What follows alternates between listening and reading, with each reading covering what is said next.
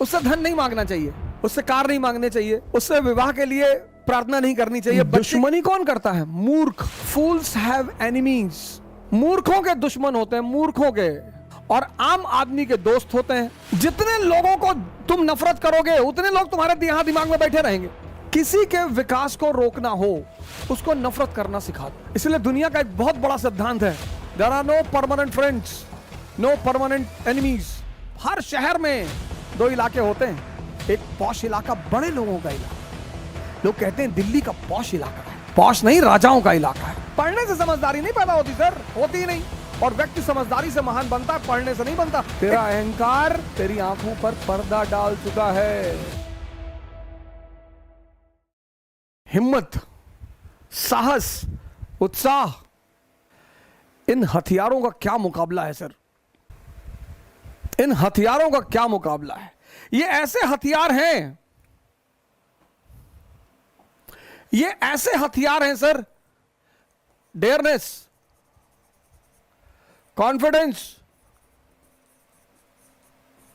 Enthusiasm,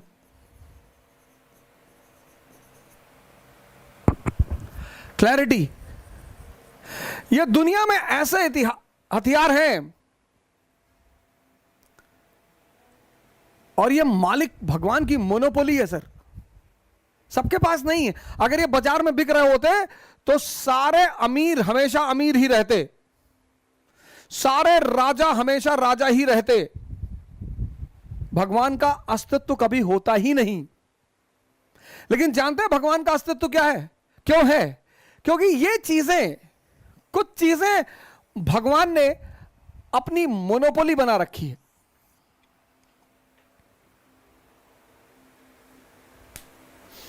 बहुत लोगों को मैंने देखा वैगनार पे पीछे लिखा रखा है गॉड्स गिफ्ट। अरे यार कैसी बेइज्जती वाली बातें कर रहे हो? भगवान को देना होगा, वैगनार देगा? ये देगा, ये जो गैलेक्सी कंट्रोल कर रहा है, यूनिवर्स कंट्रोल कर रहा है, सोलर सिस्टम कंट्रोल कर रहा है, वो वैगनार गिफ्ट में देगा? एक प्लैनेट दे देगा, बहुत खुश हो जाएगा आपसे। तो और ज्यादा खुश है तो सोलर सिस्टम दे दिया, एक गैलेक्सी का मालिक ही बना दिया। ये गाड़ी वाड़ी पे मत लिखा करिए गॉड्स गिफ्ट, ये बेइज्जती है उसकी। हर आदमी अपने हैसियत के हिसाब से गिफ्ट देता है, और भगवान की ये मोनोपोली है। उससे धन नहीं मांगना चाहिए, उससे कार नहीं मांगने चाहिए, उससे विवाह के लिए प्रार्थना नहीं करनी चाहिए, बच्चे के लिए, ये सब मानवीय कृत्य है, ये मानव खुद करने चाहिए। उससे ये चीजें मांगनी चाहिए। और जिस पे खुश हो गया और हाथ रखा सर पे, ये चीजें कूट कर भर गई। दुश्मनी कौन करता है? मूर्ख।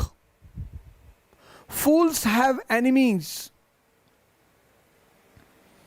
बड़ा अजीब सी बात लग रही होगी आपको। मूर्खों के दुश्मन होते हैं, मूर्खों के। काहे की दुश्मनी? और आम आदमी के दोस्त होते हैं, और महान लोगों के या तो फॉलोअर होते हैं या विरोधी होते हैं। जितने लोगों को तुम नफरत करोगे उतने लोग तुम्हारे यहां दिमाग में बैठे रहेंगे, और जैसे याद आएगी तैसे कहोगे शरीर जलने लगा। किसी के विकास को रोकना है ना, उसको नफरत करना सिखा दो। किसी के विकास को रोकना हो उसको नफरत करना सिखा दो, और 10 लोगों से सिखा दो। मार डालो, नफरत मत करो। नफरत एक ऐसा जहर है, नफरत किसी से मत करो। इसलिए दुनिया का एक बहुत बड़ा सिद्धांत है, there are no permanent friends, no permanent enemies, permanent interest. तो मुकेश अंबानी जी हैं, आज मोदी जी उनके दोस्त हैं, रिश्तेदार हैं, भाई हैं। कल अगर सौभाग्य से कोई और प्रधानमंत्री बनेगा, सचिन पायलट जी बन गए प्रधानमंत्री, बड़े योग्य उम्मीदवारों में से हैं,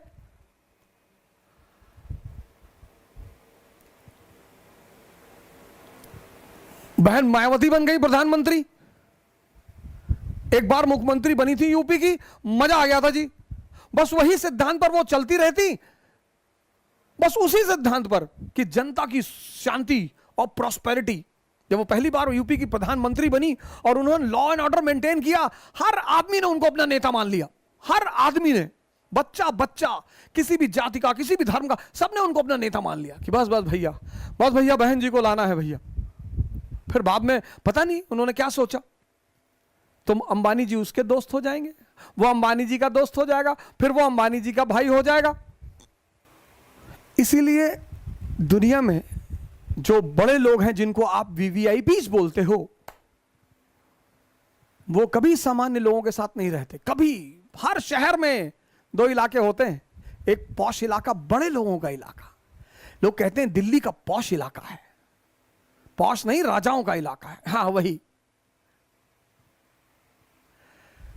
क्योंकि एरिस्टोक्रेसी और कॉमन आदमी में मूलभूत प्रिंसिपल के अंतर हैं। मैंने कहा ना, जितना गरीब आदमी होगा उतने उसके दुश्मन ज्यादा होंगे। तिवारी के घर गए ना, पानी नहीं पूछिन, दिमाग जला थे उनके नाम सुन के। लो, अबे पानी नहीं पूछे तो खुद उठ के पी लिए होते। जितना छोटा आदमी है उतना अहंकार से भरा हुआ, उतना गुबार से भरा हुआ है। ये हमारे दुश्मन, वो हमारे, कोई दुश्मन है ही नहीं। समय है सर, पढ़ने से समझदारी नहीं पैदा होती सर, होती ही नहीं। और व्यक्ति समझदारी से महान बनता है, पढ़ने से नहीं बनता। एक कहानी सुनाता हूं आपको, कबीर दास जी की कहानी, बड़ी फेमस कहानी सर। बनारस के एक बहुत बड़े विद्वान थे पंडित देवदत्त, शास्त्रार्थ किया, पूरे भारत के विद्वानों को हरा कर लौट कर आए पंडित देवदत्त। तो जब लौट कर आए तो उन्होंने अपनी मां से कहा कि देखो प्रॉपर आईएएस फर्स्ट रैंक। उनकी मां ने कहा हम ना मानते। बोली क्यों? ये सर्टिफिकेट गवर्नमेंट ऑफ इंडिया, पहली रैंक है आईएएस में। अरे बोले सब सर्टिफिकेट किसी और को दिखाओ, चलो हटो। तो उन्होंने कहा कि क्यों? बोले यहां एक जुल्हा रहता है कबीर, तुम उसको हरा के दिखाओ।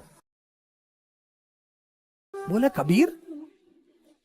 हाँ बोले जुल्हा रहता है वहीं आगे कहीं सड़क के उस पार रहता है कबीर, तो उसको हरा के दिखाओ। अरे बोले जुल्हा अभी हरा के आते हैं। गए कबीर के घर, ज्ञानी को बड़ा ताव होता है, मैं बड़े लोगों से मिला हूं कि I am from Oxford university, I have done my research from Oxford university. अरे तो खुदा थोड़ी हो, बड़े सारे ऑक्सफोर्ड यूनिवर्सिटी से पढ़ के आए।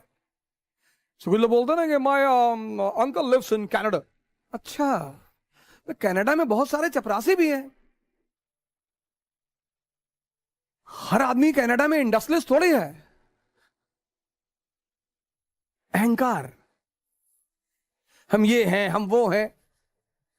पंडित जी पहुंचे कबीर के घर, लगे दरवाजा नॉक करने।